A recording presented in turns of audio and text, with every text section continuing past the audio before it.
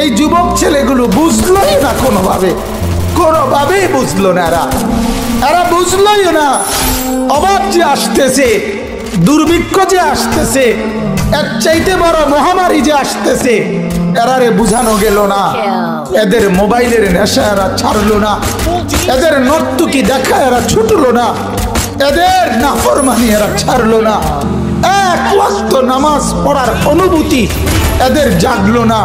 হায় যুবক, হায় মুসলমান ছেলে, তুই বদলাবি কোন দিন ভাই?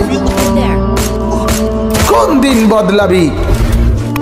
তোর কারণে আরো গজব আসতেছে, আরো গজব আসতেছে। কোথায় নেমে গেছি আমরা?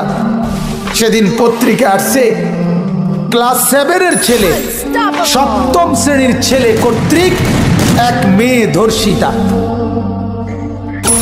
ধর্ষণকারী ক্লাস 7-এর ছাত্র। এই আমার বাংলাদেশ,